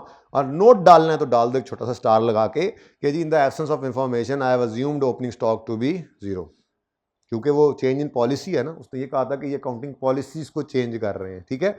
ऐसे तो हम इसके ऊपर भी लेकर जा सकते थे, हाँ, लेकिन वो चूंकि क्लोजिंग ओपनिंग नहीं बनता इसलिए इतना मसला नहीं था, ठीक है ना। तो एक नोट लिख दें, अच्छी बात है, ना भी लिखेंगे तो काम चलेगा, ठीक है। क्योंकि अगर आप उस तरफ सोचेंगे ना तो फिर आप फंस जाएंगे। अब क्या करूं यार, क्लोजिंग स्टॉक ज़्यादा है या ओपनिंग स्टॉक ज़्यादा है, अब डिसाइड तो ये बात करेगी, क्योंकि ओपनिंग स्टॉक का बढ़ना ऑपोजिट है, क्लोजिंग स्टॉक का बढ़ना प्रॉफिट को बढ़ाएगा, ओपनिंग का बढ़ना कम करेगा, ये तो नील हो जाएगा सर, कोई इफेक्ट नहीं है। नहीं, ये नहीं अज्यूम कर सकते, क्योंकि उसके लिए ये अज्यूम करना पड़ेगा कि ओपनिंग क्लोजिंग स्टॉक बराबर है। फिर बराबर है तो फिर ये क्या कैसे कह सकते हैं। अच्छा, एक छोटा सा इसमें नुक्ता ये निकलता है कि चूंकि वक्त के साथ साथ महंगाई हो रही है, तो पिछले साल के प्रॉफिट जितने पिछले साल का स्टॉक जो है वो जितना मर्जी महंगा हो, इस साल के क्लोजिंग से तो बाहर हाल वो तो बराबर भी अज्यूम कर लोगे तो बहुत ज़्यादा अजम्पशन में जाना पड़ रहा है। तो सादा बात बस यही कर दो, जो मर्जी सोचोगे अल्टीमेटली सोचवा के वो पहुंचा यहीं लेगा आपको। वो ये कह सकता है कि यार महंगाई है तो बराबर बराबर भी हो तब भी ये क्लोजिंग ज़्यादा ही बढ़ना है आपको। नहीं सर, हो सकता है पिछले साल ज़्यादा स्टॉक पड़ा हो इस साल, अब कैसे अज्यूम करें ये सारी बातें। इसलिए सुकून में रहो, याशी मारो अपने लिए, कौम के लिए। नेक्स्ट कौन सी है तीसरी, ज़रा मुझे ध्यान से बताना। रिटर्न ऑन कैपिटल ये यही है ना, ओके, सेम ही है, सोचे बगैर सेम, एक तरह के एसिड्स ही हैं बस, ठीक है। जब ऊपर इंक्रीज यही चल रहा है तो यही चलने दो। नेक्स्ट आप ज़रा ध्यान से देखो कौन सी है ये लॉन्ग टर्म लोन भी को असर, लॉन्ग टर्म लोन भी को असर नहीं। अच्छा, पीबीआईटी बढ़ा है तो रिटेन्ड अर्निंग्स, तो इक्विटी यानी डिनोमिनेटर बढ़ा है, डिनोमिनेटर के बढ़ने से रेशो, ये सबसे आसान था। भाई ने बड़ी कोशिश की मुश्किल करने की ओपनिंग सोचकर, लेकिन हम निकल आए वहां से, नहीं नहीं नहीं रहने दो, फंसेंगे। नेक्स्ट कौन सी रेशो है, इन्वेंट्री। ओ ध्यान ध्यान, नो इफेक्ट की आदत पड़ी हुई है, अब के इन्वेंट्री है, इन्वेंट्री करंट लायबिलिटी पे को असर नहीं, करंट एसेट पे बढ़ गए तो न्यूमरेटर बढ़ गया तो रेशो भी बढ़ गई। चैलेंज, सारे इंक्रीज लिख दें तो किस्मत की बात है, ज्यादा अगर उसके सोल्यूशन में इंक्रीज वाले थे। अगर ऐसा उस एक दफा बच्चे ने कर दिया तो अगली बार वो प्लान करके आएगा सारे डिक्रीज वाले तुम्हारे जैसों के लिए। अच्छा जी, ये अब आप लोगों के पास आ गया है। अच्छा सुने जी, ये आप लोगों के पास अब आ गया है क्वेश्चन पेपर, तो इसका क्वेश्चन 1 आप आज होमवर्क में लिख लें, और मैं अब दूसरी तरफ चलता हूँ।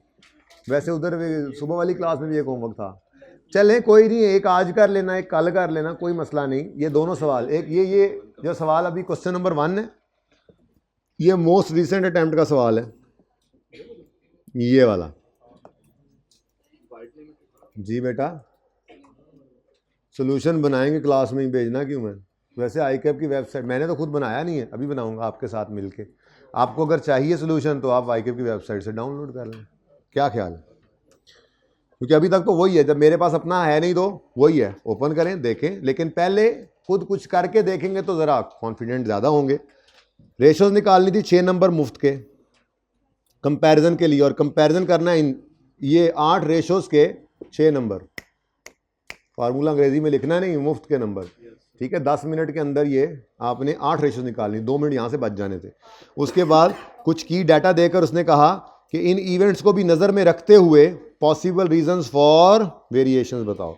और ये जो सफ़ा आपकी किताब में है ना, ये हाई और लो वाला, ये सफ़ा कोई इस दफ़ा तो नहीं दिया, ये सफ़ा तो पिछली दफ़ा बच्चों के पास था, इनफैक्ट उससे पिछली दफ़ा के बच्चों के पास भी था, क्योंकि ये हाई लो वेरिएशन का रीज़न तो कब से पूछता चला आ रहा है, ठीक है।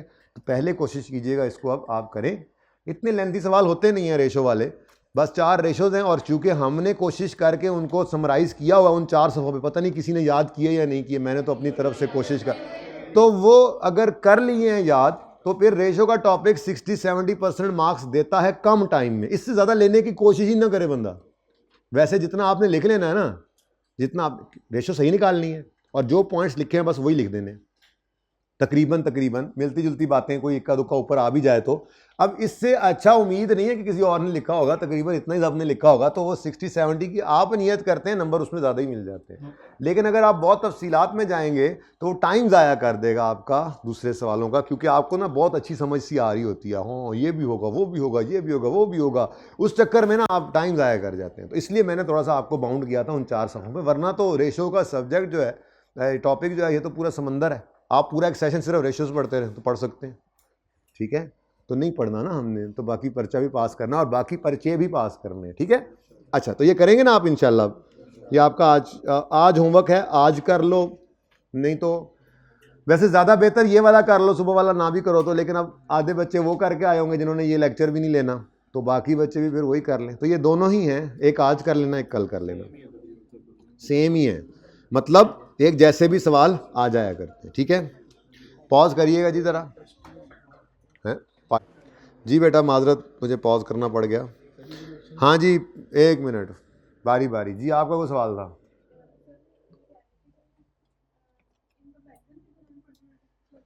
उन्होंने कहा है कि keeping in view of the key events during the year provide possible reason for variation in compute WS ratios for 23 in comparison with 22। ऐसे की लिखा है ratios for the year 22।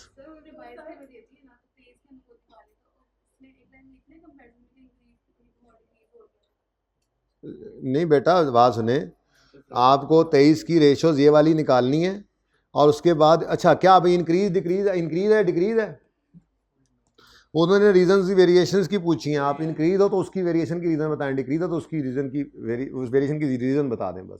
Increase decrease उसको नज़र आ नहीं रहा होगा। आप ये सवाल अटैम्प्ट कर लें ना, आपको टेस्ट में दिया था और आप दोबारा से कह रहा हूँ कि थोड़ा और इम्प्रूव हो चुके हैं, आप ज़रा करें इसको बेहतर करके सही करके। जी अब सवाल पूछें आप। कॉस्ट मॉडल से डिवैल्यूएशन मॉडल में गए, हाँ ये सरप्लस आया, रीजन सरप्लस आ गया, सर पीपी को हमने डेबिट किया, हाँ डिवैल्यूएशन सरप्लस को क्रेडिट किया, हाँ ठीक है ना। तो उससे तो इक्विटी में इंक्रीज आएगा नहीं, जब डिवैल्यूएशन सरप्लस आपके पास आ गया, आ गया, इंक्रीमेंटल डेप्रिसिएशन की वजह से तो वो उसका इफेक्ट नहीं देगा। हाँ जो एडिशन हुई है डिवैल्यूएशन सरप्लस की, उससे वही है, इक्विटी में इंक्रीज नहीं आएगा। बिल्कुल हुआ है। तो इक्विटी का इंक्रीज तो ले लिया ना मैंने, वो तो प्रॉफिट की वजह से भी लेकर गया हूँ। जो प्रॉफिट की वजह से इंक्रीज आया है और जो सरप्लस का इंक्रीज है, वो दोनों ही इक्विटी में प्रॉफिट का जो डिक्रीज है और सरप्लस का इंक्रीज अल्टीमेटली पहुंचा ज़रूर है, लेकिन दोनों में असर बहुत डिफरेंट है। इक्विटी ज़्यादा बढ़ जाएगी सरप्लस के अंदर जाने की वजह से, ठीक है ना। लेकिन अगेन वही बात है कि जब प्रॉफिट का और इक्विटी का दोनों का ये चेंज देखते हैं तो कमज़ोर बेचारा प्रॉफिट जो है उसका असर ज़्यादा होता है, तो हम सिर्फ उसी को देख कर चल रहे हैं। आप तसल्ली से घर सोच लेना इसको, ऐसे ही होगा। एग्जाम्पल भी ले लेना कोई बनाकर, अल्टीमेटली इसी नतीजे पर पहुँचोगे आप। हाँ वो अलग बात है कि आप प्रॉफिट 100 का लेकर और एसेट्स अगर 10 के ले लें तो फिर आपका नतीजा डिफरेंट भी हो सकता है, मैं ये नहीं कह रहा, ठीक है। अच्छा जी, ओके, आ जाएं जी इधर ज़रा। ये कुछ क्वेश्चन थे होमवर्क के अंदर, जैसे कि पास पेपर 4 का ए मैंने किसी ज़माने में होमवर्क में दिया था। अच्छा ए हो गया था, अच्छा ए हो गया था, मैं पूछ रहा हूँ ए हो गया था, इसकी अंग्रेज़ी लिखवाई थी मैंने, चलो गुड हो गया। बी में एनालाइज करना था, 5 भी है, रिसेंट वाला भी करना है, 7 ये ज़रा बेहतर लग रहा है। ये अब दिया है, चलो इसको दिया है तो इसको डिस्कस ना कर डालें, ये करोगे पहले, चलो पहले कर लो, ये तो कर ही लिया था। हाँ ये वाला बड़ा अहम सवाल था, लेकिन इस सवाल के अंदर मैंने आपको कहा था कि कभी होमवर्क कर ज़रूर लेना, किसी बच्चे ने किया हो, इसको मैं ज़रा क्विकली कर सकता हूँ, ठीक है ना, डिस्कस 2 से 4 मिनट में बस, ताकि अगर किसी ने नहीं किया तो कितने बच्चों ने किया होमवर्क? ये क्वेश्चन नंबर 9 कर लिया है। अब मैंने कल जो क्वेश्चन चेक करने हैं ना, उनमें एक 9 है और एक वो जो आखिरी है। अब बस चेकिंग शुरू करें। मेरे ख्याल में रेशोज़ को ना वो कैश फ्लो की खुशी के अंदर हमने छोड़ा हुआ है। मैंने तो नहीं छोड़ा, मैंने तो करवा दिया था। 9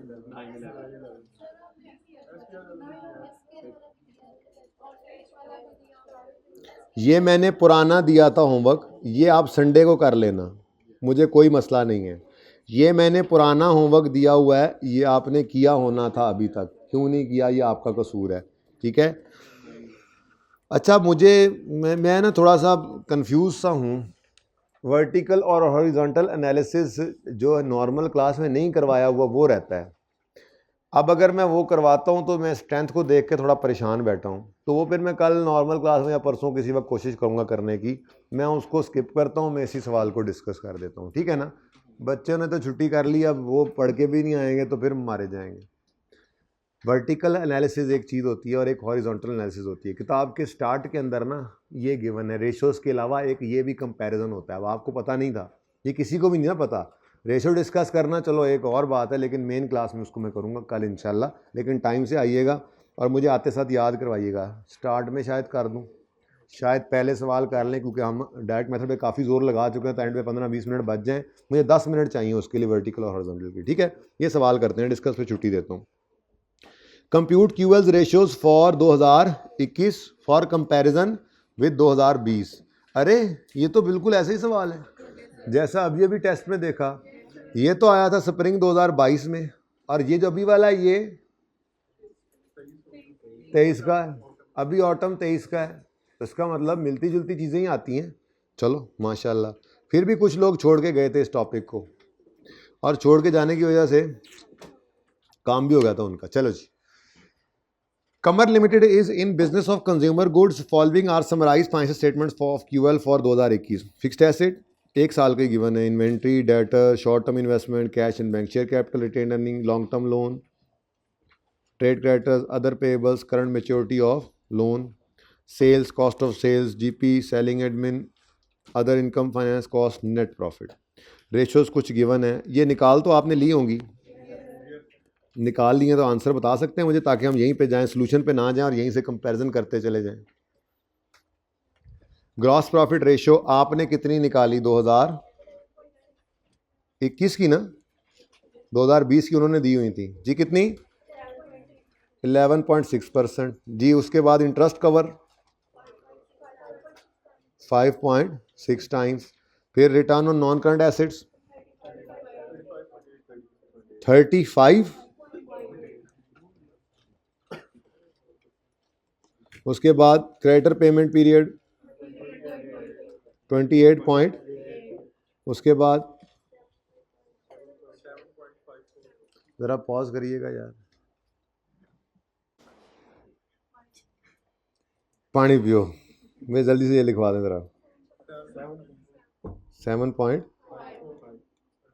नेक्स्ट ऑन कर दिया है, बड़ी मेहरबानी, पूछा है मुझसे। चलें जी नेक्स्ट। 84.5 मैं जो ना ऑन कराना होंगे ऑनलाइन वाले भी पता लग गया होना जी। नेक्स्ट 6 उसके बाद 2.03। अच्छा जी,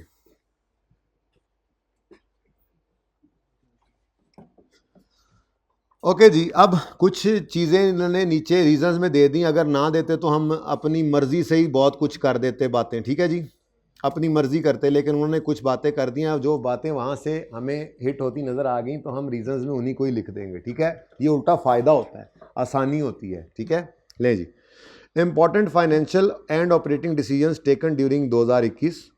QL renewed a large contract with customers. In the renewed contract, extended credit terms were, इतनी लंबी लाइन में सिर्फ बात इतनी सी थी, extended credit terms were given to customers। इसका मतलब आसान अल्फाज में बता दें, डेटर डेज बढ़ गए, डेटर डेज इंक्रीज हो गए, ठीक है जी। अच्छा, आगे कहता है a major supplier agreed to reduce the prices by 10%। Major supplier ने यानी क्रेडिटर कह लें जरा, ठीक है, उसने कहा है कि आपको 10% चीजें सस्ती बेचूंगा, यानी परचेजेस कम हो रही हैं, एक्सपेंस एक तरह से कम हो रहा है। On the condition, page number नहीं मिल रहा होगा मेरे ख्याल में, 815 पे है। ऑन द कंडीशन ऑफ, अच्छा, on the condition of cash purchases only, यानी कि क्रेडिटर कहता है कि तुम मुझसे उधार ना लो, तुम्हें 100 वाली चीज 90 की दूंगा। अच्छा, अब एक बात जहन में रखिएगा, जब कभी, ये बात मैंने की भी थी कि जब कभी इस तरह का मामला आता है तो जहन में ये लाओ, कहाँ गया वो भाई जिसने कारोबार किया था पैसे लेकर मुझसे, छुट्टी पे आज, कारोबारी हो गया वो। अगर हमने उधार किसी से लेकर चीज़ आगे बेची हुई है उधार पे, तो ये तो मुफ्त का फाइनेंस हमने अरेंज किया हुआ है ना। 100 रुपये की चीज़ मैंने इससे ली, उमैर से लेकर मैंने आगे भाई आपको बेच दी, आपसे पैसे आए 120 की बेची थी, 20 रुपये अपने रखे, 100 इसको वापस कर दिए, मैंने तो कुछ ना लगाया। लेकिन अगर मुझे यहाँ से उधार पे चीज़ ना मिले, मैंने कैश पर ये 100 की चीज़ लेनी हो, तो ये कैश मैंने कहीं से अरेंज करना है, तो मैं बैंक से अरेंज करूँगा तो उस पर इंटरेस्ट पड़ेगा। अब ये बात समझिएगा, अगर क्रेडिटर मुझे कह रहा था कि आपको 10% डिस्काउंट दूंगा अगर आप कैश में चीज़ खरीदो, तो मुझे ये देखना चाहिए कि बैंक से मैं लोन लूँ, मुझे 12% का पड़े, क्या लिखा है मुझे भी दिखाओ।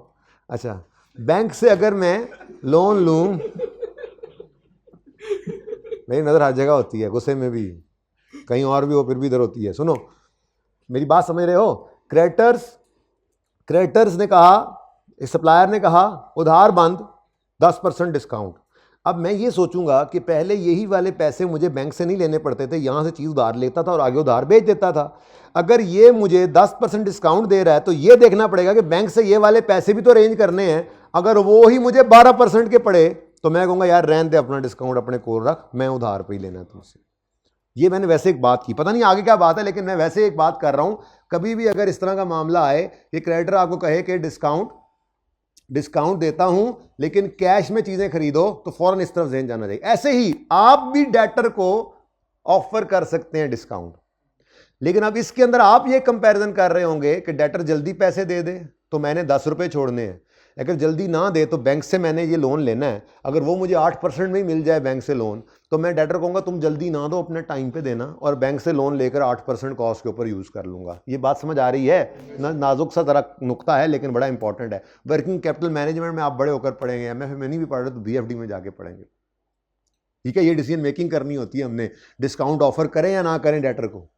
तो डिस्काउंट ऑफर कब करते हैं? जब हम कहते हैं कि जी हमने डेटर से पैसे अगर लेने हैं जल्दी, तो हमने उसको 10% डिस्काउंट देना है, और जो जल्दी पैसे ले आएगा तो हमारा लोन बचेगा, तो लोन से हमें 15% का इंटरेस्ट जो है वो बच जाएगा। तो हम कहेंगे यार अच्छा बचत ज़्यादा है तो डिस्काउंट दे दो।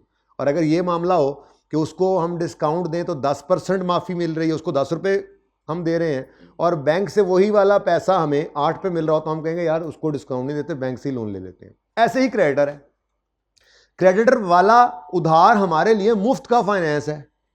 अगर क्रेडिटर हमें कह रहा है 10% डिस्काउंट ले लो और पैसे आज ही पे कर दो, कैश परचेजेस करो, तो हम ये देखेंगे कि अगर हम इससे ये डिस्काउंट ना लें और यही वाले पैसे जो है वो हम इसको इससे उधार पर ही लें, ठीक है, और डिस्काउंट ना लें, तो फिर हमें बैंक की तरफ नहीं जाना पड़ रहा। लेकिन अगर हम इसको कैश में पैसे देंगे तो अरेंज तो करने पड़ेंगे ना। बैंक के पास गए, बैंक ने कहा आपको 12% पे इंटरेस्ट देंगे, तो हमने कहा पागल है, 12%, 12 रुपये की चीज़ खरीद के अगले को 10 की दे दें। इस तरह सी बात हो रही है ना कि कॉस्ट पे लोन लूँ 12% और उसको पेमेंट कर दूँ 10% डिस्काउंट ले लूँ, तो मैंने तो बेवकूफ़ी की ना। खैर ऐसी बातों में बात आगे निकल गई। वो सिर्फ क्या कह रहा है कि रिड्यूस कर देंगे 10% से प्राइस अगर कैश परचेज कर लो। This reduction helped QL to avoid increase in prices of its product despite increase in prices by competitors। चलो जी, ये उसने एक बात बता दी है। आगे कहता है increasing working capital demands were met by. अच्छा आप देखो ना, जब उसको हमने पैसे जल्दी जल्दी देने की बात की तो हमें वर्किंग कैपिटल में ज़्यादा इन्वेस्टमेंट की ज़रूरत पड़ी है ना। ये इंक्रीजिंग, अब अगली बात आ गई, मुझे नहीं पता था कि आगे ये बात पड़ी है, लेकिन शायद अब वो बैंक लोन के इंटरेस्ट की तरफ जाएगा। वो कहता है इंक्रीजिंग वर्किंग कैपिटल डिमांड। क्या मतलब? क्रेडिटर को जल्दी पैसे देने हैं, तो पैसे तो अभी डेटर को तो हमने, इधर देखो ना, दो धारी तलवार मुंह से निकल गया। फिर क्या मतलब? डेटर को आप कह रहे हो सुकून मारो, सुकून मारो, कह रहा था ना, सुकून मारो, आराम से पैसे देना, आराम से पैसे देना, कोई मसला नहीं। और क्रेडिटर कह रहे हो हाँ हाँ तुम्हें कैश में देंगे, तो मतलब कहीं से उधार तो पकड़ोगे ना, क्योंकि जो चीज़ बेची है उसके पैसे अभी आए नहीं, और जो खरीदी है उसके दस्ती देने लगे हो, तो पैसे कहीं से रेंज तो करोगे ना। इसको कहते हैं कि आपकी वर्किंग कैपिटल की डिमांड इंक्रीज हो रही है। Increasing working capital demands were met by making मैंने कहा पैसे यार बैंक से लेंगे तो ऐसे ही इंटरेस्ट पड़ेगा, हम मालकों को कहते हैं ज़रा और पैसा इन्वेस्ट कर दो, फेंको बिजनेस में और पैसा। A part of proceeds from issue were also use to repay significant portion of. और हमने कहा यार बहुत तंग आ गए हम, बड़े लोन्स हैं हमारे ऊपर, बड़े लोन्स हैं हमारे ऊपर। अच्छा, उसने कंपैरिजन में लोन नहीं दिया। कभी कभी ऐसा भी करता है सवाल में, 2 साल की बैलेंस शीट दे देता है और फिर नज़र भी आता है पहले लोन ज़्यादा था अब कम। खैर वो कह रहा है कि हमने क्या किया, हमने शेयर्स इशू किए, cash debit, share capital, share premium, जो भी है, ठीक है ना। असल तो क्या है, कैश डेबिट। 100 रुपया कैश मिसाल के तौर पे आ गया, 100 मिलियन आया, इकट्ठा किया हमने 100 मिलियन। इसमें से हमने कुछ लोन रीपे करने के लिए यूज कर लिया, यानी जो कैश दराज में इकट्ठा हुआ इसकी एंट्री कर दी हमने, इसमें से कुछ को यूज करके लोन रीपे किया। क्या एंट्री की? Loan, debit, cash, credit. और बाकी जो है उसको हमने वर्किंग कैपिटल रिक्वायरमेंट्स के लिए, नीड्स के लिए यूज कर लिया। यही कह रहा है ना वो, वर्किंग कैपिटल नीड्स को पूरा करने के लिए हमने शेयर्स नए इशू किए, लोगों से पैसा आया, कुछ इधर लगा दिया, कुछ से। अच्छा, अब वो सिग्निफिकेंट कह रहा है, significant portion of long term loan. इसका मतलब ये उलट बात चली है। हमने माना डेटर्स को टाइम ज़्यादा दिया, माना क्रेडिटर से कैश के ऊपर परचेज की, डिस्काउंट तो ले लिया। अब जो फाइनेंस अरेंज करना था वो बैंक से नहीं लेने गए, शेयर्स इशू करके लोगों से मांग ली, मालकों से मांग लिए पैसे, ओनर से। नवे बन गए या अगलों ने दिए, ओनर से पैसे आए। अब ये पैसा आया तो एक तो नया कोई शॉर्ट टर्म लोन नहीं लिया, ऊपर से लॉन्ग टर्म लोन भी रीपे कर डाला, यानी उधर से इंटरेस्ट भी बचेगा, उधर से इंटरेस्ट भी बचेगा। अब दिमाग के अंदर पूरा प्रॉफिट लॉस चल रहा होगा आपके। एक आपकी परचेजेस कम हो चुकी हैं। अच्छा, ये जो है ना क्रेडिट टर्म्स, अगर आप रिवाइज करें ना, डेटर को ज़्यादा टाइम दें तो नॉर्मली सेल्स बढ़ती हैं, क्रेडिट सेल्स की वजह से सेल बढ़ती हैं। ऐसी कोई बात की हुई है उसने? ऐसी बात की तो नहीं है, लेकिन कहीं ना कहीं से मिल जरूर जाएगी, क्योंकि उधार देते ही क्यों हैं आप? सेल्स बढ़ाने के लिए, ठीक है ना। तो सेल्स बढ़ती हैं उधार देने से, सेल्स बढ़ी होंगी मेरा अंदाजा है, ठीक है। उसके बाद परचेज कम हुई हैं, तो सेल बढ़ी, परचेज कम हुई, तो इसका मतलब जीपी भी बढ़ा होगा, जीपी बढ़ा होगा। कॉस्ट ऑफ सेल जो कम हुई थी आपकी, उधर सेल बढ़ गई, उधर कॉस्ट ऑफ सेल, तो जीपी रेशो भी बढ़नी चाहिए। उसके बाद इंटरेस्ट भी सेव हुआ होगा, क्योंकि आपने बहुत बड़ी अमाउंट, कहता है लॉन्ग टर्म लोन की, रीपे कर दी है, ठीक है ना। तो आपको इंटरेस्ट की बचत हुई होगी, ठीक है। इंटरेस्ट कवर भी बेहतर हो सकता है आपका, कि इंटरेस्ट एक्सपेंस अब कम हो गया होगा, ठीक है। अच्छा जी, आखिरी स्टेप, पहला क्या किया उन्होंने? डेटर्स को ज़्यादा टाइम दे दिया। दूसरा उन्होंने क्या कर दिया? क्रेडिटर, मैं तो शॉर्ट करके लिखूं तो क्रेडिटर डेज, बल्कि डिक्रीज क्या हुए, चलो डिक्रीज ही लिख देता हूँ, 0 ही कर दिए वैसे तो उन्होंने, ठीक है। और उसके बाद यहाँ पर उन्होंने क्या किया? मेकिंग आ शेयर इशू। इससे आपका कैश इंक्रीज हुआ, और कैश इंक्रीज होने के साथ साथ इसी स्टेप के अंदर, इसी के अंदर आपने एक और काम क्या कर लिया? लॉन्ग टर्म लोन को डिक्रीज कर लिया, जिसका असर ये पड़ा कि आपका इंटरेस्ट एक्सपेंस भी डिक्रीज हो गया। ये बातें समझ आती हैं? ये सवालों को ना इस तरह से पढ़ना पड़ता है, ये इसलिए मैंने डिस्कस करना था इस क्लास में। अब रेशोज तो वही है बेटा जो मैंने पढ़ा दी हैं। अब ये वाली बातें तो वही बात है, जितना गुड़ डालोगे उतना मीठा होता जाएगा, ठीक है। आगे कहता है QL disposed of its main warehouse in the last month of the year at a gain of 25 million। इसका गेन जो है ये अदर इनकम में जाएगा तो प्रॉफिट को बढ़ाएगा। इससे क्या होगा जी? अदर इनकम इंक्रीज हो रही है, ठीक है जी, ओके। आगे कहता है द सेल प्रोसीड, जो पैसे आए हैं ये तो गेन है ना, गेन, ये कैश नहीं है। बहरहाल कैश भी तो आया ही होगा ना, बेचा जो है। The sale proceeds are temporary invested in, इससे भी क्या आया होगा, अदर इनकम ही बढ़ी होगी। इससे भी क्या हुआ होगा, अदर इनकम इंक्रीज हुई होगी। क्या बात है, समझ आती है? चलो, अब पता नहीं रेशियोज कौन कौन सी हैं, मैंने तो बस ये बात कर दी थोड़ी सी जो यहां से बनती थी। गेन की वजह से भी अदर इनकम बढ़ेगी, और ये जो शॉर्ट टर्म इन्वेस्टमेंट की है इससे भी तो इन्वेस्टमेंट इनकम ही आनी है ना तो यहां से भी अदर इनकम ने बढ़ना है। और अब रह गए 2-3 मिनट, लेकिन अब कंप्यूटेशन तो आपने 1 मिनट में मुझे करके दे दी है। जब 1 मिनट में कंप्यूटेशन करते हैं तो बाकी क्या बचता है, रीजंस अभी बताता हूं। कीपिंग इन व्यू फाइनेंशियल जो आपने देखी ऊपर या इधर भी हैं, and operating decisions extracted from management report. ये जो management report, important financial and operating decision taken during, ये मैनेजमेंट रिपोर्ट में से ही निकाले ना आपने, ठीक है। मैनेजमेंट रिपोर्ट के एक्सट्रैक्ट्स हैं, एक्सट्रैक्ट्स फ्रॉम मैनेजमेंट रिपोर्ट जो कि सबमिट की गई है बोर्ड ऑफ डायरेक्टर्स को, फिर उसके कुछ इंपॉर्टेंट डिसीजन उसके ऊपर लिए गए। कहता है keeping in view financial and other and operating decisions extracted from management report provide reasons of variation in ratios computed in a. अब ये जहन के अंदर सिर्फ अन्यवान ही करी जाना, प्रॉफिट बढ़ा है तो आप में नहीं करते रहना, मैंने पहले भी कहा था आपको, ठीक है ना। वो तो मैंने आपको एक जर्नल 4 सफ़े दिए थे कि अगर कोई भी रीजन ना लिखी हो तो भी आप कुछ लिखने के काबिल हो, लेकिन जब इतना कुछ बता रहा है तो ये इतना कुछ सारा कुछ आपका यहीं से ही मैंने निकाल कर दिया। सेल्स बढ़ रही हैं, फिर परचेजेस कम हुई हैं, उसके बाद ये कैश तो बढ़ना कोई ठीक है, देख लेना रेशो में कोई आए तो कैश बढ़ रहा है, उधर इंटरेस्ट एक्सपेंस कम हो रहा है, डिस्काउंट भी मिलेगा, कैश परचेज, उसे परचेज कोई कम कर लेता, खैर ठीक है। उसके बाद अदर इनकम्स बढ़ रही हैं।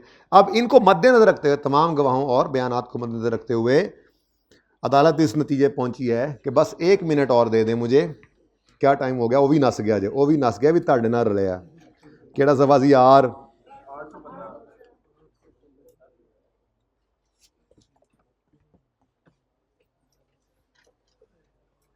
बस छुट्टी होने वाली, छुट्टी होगी, छुट्टी होगी। जीपी रेशो बढ़ी है, क्या वजह हो सकती है? अच्छा, उसने क्या कहा है, keeping in view provide reasons of variation. ये थोड़ी सी ज्यादती कर गया, कितनी, चलो अब जो नजर आ जाए फिर, लेकिन अब पक्की पक्की बातें करना, ठीक है। देखो जी, जीपी रेशो क्यों बढ़ी है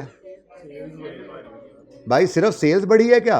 ये तो आपका अंदाजा है कि सेल्स बढ़ी होगी, कहीं लिखा हुआ सेल्स बढ़ी है? सेल्स 2150 है, अभी तक तो मुझे यही नजर आ रहा है, कहीं लिखा हुआ सेल बढ़ी है? आपका अंदाजा ही है ना।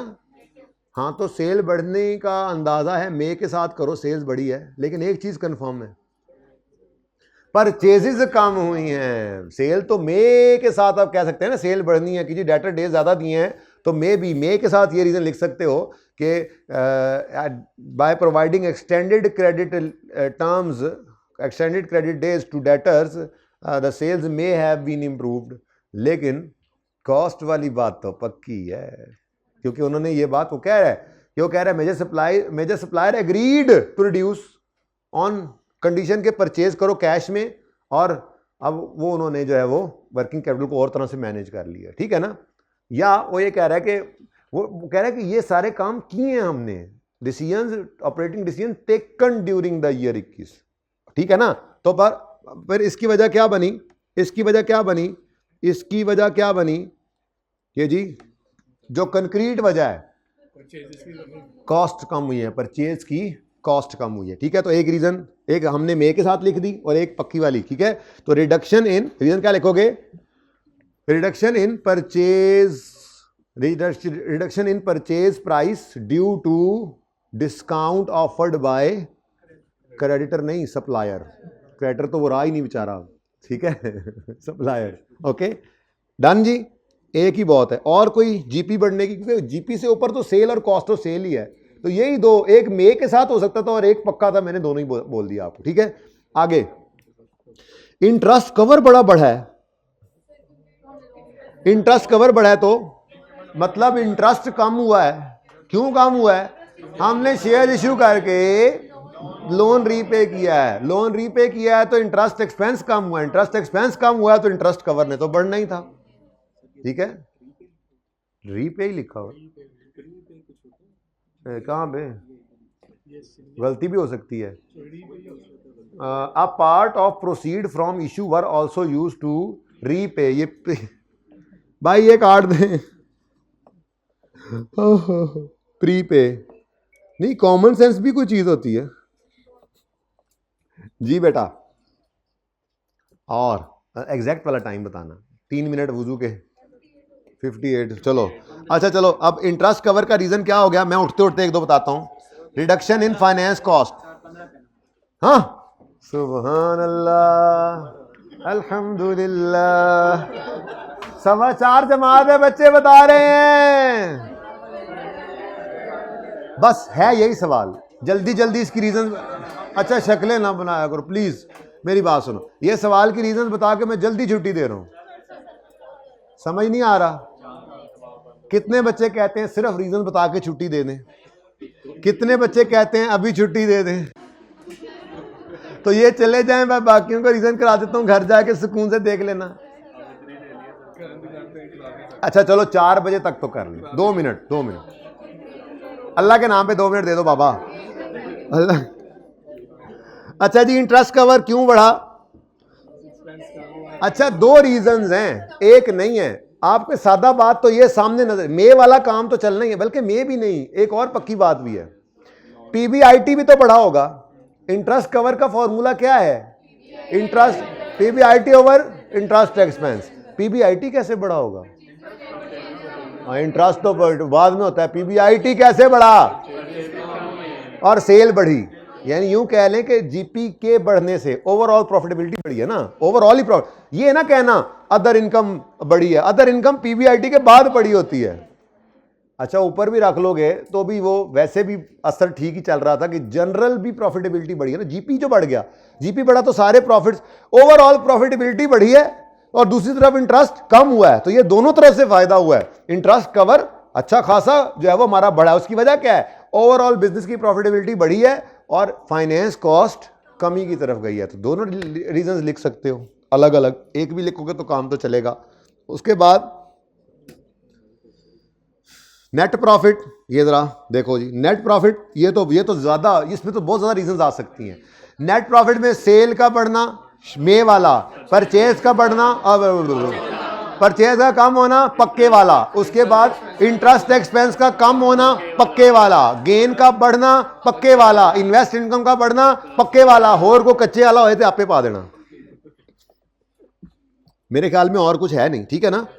और जी उसके बाद ये तो बहुत मुफ्त के नंबर थे। इन्वेंट्री होल्डिंग पीरियड कुछ कम सा हुआ है, क्यों? सेल ज्यादा क्यों हो गई? हाँ, जब उधार देते हैं, जब बारिश होती है तो, जब ज्यादा बारिश होती है तो, जब डिस्काउंट देते नहीं, जब उधार अलाउ करते हैं तो सेल्स बढ़ती हैं, ज्यादा सेल्स होता है। और जब ज्यादा उधार देते हैं तो ज्यादा सेल होता है। अब उधार बढ़ाया तो सेल्स बढ़ी, स्पीड से चीजें बिकी, इन्वेंट्री होल्डिंग पीरियड कम हो रहा है। मेरे ख्याल में एक काफी है, एक ही लग रही है मुझे तो, और कोई नजर नहीं आ रही। कोई और वजह हो सकती है? इन्वेंट्री होल्डिंग पीरियड पर बायर के डिस्काउंट से तो कोई असर नहीं पड़ेगा। नहीं बेटा वो तो ठीक है। इन्वेंट्री होल्डिंग पीरियड का मतलब ये है कि मैंने कहा था इन्वेंट्री होल्डिंग पीरियड का मतलब है कि कितने दिनों में हमारी इन्वेंट्री सेल में कन्वर्ट होती है। तो हमें सप्लायर से, भाई बड़ी इंपॉर्टेंट बात कर रहा हूं, तुम पैकिंग शुरू कर दी तुमने, हमारी सप्लायर से हमें जो डिस्काउंट मिला है उसका असर हमारी सेल पे क्या होगा? लोग ज्यादा आ रहे हैं हमारे पास कि हमें सप्लायर से डिस्काउंट मिल गया है? नहीं बेटा, इसका कोई असर नहीं है। हमने लोन वापस कर दिया, लोग जोक दर जोक आ रहे हैं हमारे पास कि उन्होंने लोन वापस किया, इनसे सेल बढ़ाएं? नहीं। उसके बाद हमारा वेयर हाउस बिका है, लोग भागे भागे आ रहे हैं, देख भी रहे हैं वेयर हाउस बिका है और साथ में चीजें भी खरीद रहे हैं। जी कंपेटिटर की प्राइस कहाँ है? कहाँ है? हाँ ये किसी ये भी वहीं पे चला जाता है। सेल बढ़ गई हमारी सेल बढ़ गई और हमारी कॉस्ट कम हुई थी, यानी यही हमारी प्रॉफिटेबिलिटी है, ठीक है ना? तो हमारी सेल बढ़ना हमारे डिस्काउंट की वजह से था और शायद हमारी सेल बढ़ी है। ये अब बहुत बारीक मामला है कि कह सकते हो हम थोड़ी सी सेल कम भी कर सकते हैं, सेलिंग प्राइस, लेकिन ये बहुत दूर निकल जाएगी बात। जो एविडेंट बात क्या है? अलाउ किया ज्यादा टाइम तो सेल बढ़ी है तो इन्वेंट्री डेज कम हुए हैं। इसके अलावा ज्यादा एविडेंट कुछ नहीं। हाँ बारीक भी में जाओ तो ये बात भी कर सकते हो कि अगर हमें कॉस्ट ऑफ सेल हमारी हमारी परचेज प्राइस कम हुई है, कंपेटिटर्स की तो उतनी ही है, तो हो सकता है हम सेलिंग प्राइस थोड़ी सी कम कर दें, सेलिंग प्राइस कम करके भी सेल बढ़ा लिए। लेकिन ये मे के साथ है, पक्की वाली बात ज़्यादा उनके स्टेप से नजर आती है। तो सेल का बढ़ना due to extended credit period allowed to debtors may be a reason कि इन्वेंट्री डेज जो है हमारे वो कम हुए। बस यार अब तो थोड़ा सी रह गया, थोड़ी सी हिम्मत कर लो हैं। कोई नहीं, अब तो देखो ना, देखो अब आधा सवाल हो गया। मैं ये तो कह सकूंगा कल के भाई मैंने ये सवाल करा दिया है, अल्लाह की तरफ से टाइम मिल गया ना। लेकिन मैं सवा तक नहीं जा रहा, 1-2 मिनट, शक्लें ना बनाओ प्लीज, शक्लें ना बनाओ, मुझे बड़ी उलझन होती है। अच्छा सुनो, क्रेडिटर पीरियड चलो, अच्छा चलो तरतीब से चलो जी। 4 हो गई हैं, 4 रह गई हैं जी। Return on non current assets, ये क्यों बढ़ गए हैं? रिटर्न क्यों बढ़ा है? 2 वजूहात हैं। वेयर हाउस डिस्पोज हुआ तो एसेट्स कम हुए हैं, तो डिनोमिनेटर कम हुआ है। दूसरा, प्रॉफिट्स बढ़े हैं। ये तो दोनों तरफ वो ईरान तुरान आ ही गया, ठीक है। तो ये दोनों रीजंस आप लिख सकते हो कि इंक्रीज होगी ओवरऑल प्रॉफिटेबिलिटी, जान छुड़ाओ ओवरऑल ही कर दो, लिखने बैठो तो सारे ही लिख दो। लेकिन मैं कहता हूं कि नेट प्रॉफिट का असर यूं नहीं कह देना ओवरऑल प्रॉफिटेबिलिटी, लेकिन यहां पर तो आप कह सकते हो ना ओवरऑल प्रॉफिटेबिलिटी जान छुड़ानी है। वरना आप कोई सा भी लिख दो कि जी हमारा जीपी बढ़ा, फिर हमारा अदर इनकम बढ़ा, अल्टीमेटली प्रॉफिट ही बढ़ा ना। प्रॉफिटेबिलिटी में प्रॉफिट का बढ़ना, प्रॉफिटेबिलिटी का बढ़ना is one reason and warehouse का बिग कर एसेट्स का कम होना इज अनदर रीजन। तो दोनों लिख सकते हो। मेन वेयर हाउस कह रहा है वो, मेन वेयर हाउस। मेन को ऐसी छोटी मोटी चीज तो नहीं होगी कि एसेट में कोई फर्क नहीं पड़े। मेन वेयर हाउस बेच दिया, अच्छा खासा होगा, 25 मिलियन का तो वो बिक ही गया है। 25 मिलियन का तो गेन आया है उसे, पता नहीं बिका कितने का होगा है जी। तो मेन वेयर हाउस तो कुछ छोटी मोटी बला चीज बेची है। नेक्स्ट, क्रेडिट पेमेंट पीरियड बढ़ा एकदम से, कड़ाक हो गया, कम हो गया। डेटर टर्नओवर, इधर आओ, तरतीब से चल रहे हैं, तरतीब से। डेटर टर्नओवर, ये डेटर टर्नओवर क्या होता है? डेटर साल में कितनी दफा पैसे, अच्छा अब ये ना थोड़ा सा कंफ्यूजिंग है। 20 में 7 टाइम्स था, 21 में 6 टाइम्स है। नहीं कम कैसे? अगर हम ज्यादा क्रेडिट पीरियड अलाउ करेंगे तो डेटर्स तो बढ़ेंगे। कंफ्यूजिंग, इसको एंड पे करते हैं। मुझे कंफ्यूज कर रहा है ये, मुझे तो कर रहा है कंफ्यूज, आपको कर रहा है? हाँ बोलो बोलो बोलो। हैं? अच्छा टाइम्स उलट होता था, डेटर डेज कम तो बेहतर, टाइम्स बढ़ तो बेहतर। इसका मतलब टाइम्स कम हुए हैं यानी डेटर डेज बढ़े हैं। बात तो मैंने ऊपर वाली जो लिखी, ऊपर मतलब ये वाली बात उन्होंने और तरीके से बोली है। तो बताओ ना मुझे यार, मैं आगे कंफ्यूज होकर जा रहा था। इसका मतलब सादा बात, टर्नओवर डिक्रीज हुआ है because extended credit period allow हुआ है and there is no other evident reason. So Majid ऐसे नहीं, वो गिठों से नहीं नंबर मिलते, जो है सो है, जो पक्का वाला है लिखो। मे के साथ भी वही जो बस बनता है किसी ना किसी दर्जे में वो लिखो। इतनी ज्यादा रीजन दे देना तो उसका दिल होता है, वो हाथ बांध के कह रहा था वास्ता जे दे मुताबिक दस दो। बच्चा भी ना कुछ भी कह देता है, तो उसने ये इस तरह से सवाल देता है। ये वाला सवाल भी ऐसे ही था जो आपको टेस्ट में मिला। क्या रहा देखो इन्होंने सोच के दस दो की होना है, थोड़ा सा बता दो रेशोज में। अब बस 2 रह गए, 2 जी। क्रेडिट पेमेंट पीरियड क्या हो रहा है जी? क्यों? उन्हें डिस्काउंट ऑफर किया तो हमने कैश परचेज की। एसिड टेस्ट, एसिड टेस्ट, अच्छा क्विक रेशो का दूसरा नाम भी आ गया। देखो ना अब सारी बातें याद, छोटी सी बात थी। क्विक रेशो के आगे क्लास के अंदर एक ही बार ये नाम यूज हुआ था, मैंने कह दिया था पढ़ाते पढ़ाते इसको एसिड टेस्ट रेशो भी कहते हैं। उन्हें कहा भी कहते हैं तो आ जाओ फिर। अब एसिड टेस्ट, यार क्विक रेशो बड़ी बढ़ गई है, ये क्या चक्कर है? देखें क्विक रेशो में डेटर्स होते हैं, पहली बात। दूसरी बात, कैशो कैश हो गए हम। कैशो कैश कैसे हो गए हैं? वेयर हाउस वेच, लोया वेच, लेलन वेच, 3 डब्बा वेच, वेयर हाउस वेच, शेयर इश्यू कर, बहुत सारे पैसे इकट्ठे किए हैं तो कैश भी बढ़ गया होगा और वेयर हाउस, उसके अलावा डेटर्स भी बढ़े हैं। तो ये सारी ही रीजन आ सकती हैं, 1-2 तो आ सकती हैं, ठीक है। तो मेरे ख्याल में ऐसे सवाल तो ज्यादा अच्छे होते हैं, ठीक है। जो मुफ्त के नंबर होते हैं, ये आधे नंबर नहीं, पौने नंबर इनमें से लेना आसान काम, ठीक है। ओके जी। अब इस तरह का सवाल एक मैंने कर दिया होमवर्क में, तो ज़िंदगी रही तो सुबह टाइम से आइएगा। मैं इंशाल्लाह नॉर्मल क्लास के अंदर आप लोगों को सिखाऊंगा वर्टिकल और हॉरिजॉन्टल एनालिसिस, लेकिन पहले मैं कोशिश करूंगा कैश फ्लो का सवाल ही करें ताकि वो हो जाए, तो एक्स्ट्रा काम है ये तो फिर आखिरी क्लास में भी हो सकता है। अल्लाह हाफिज़।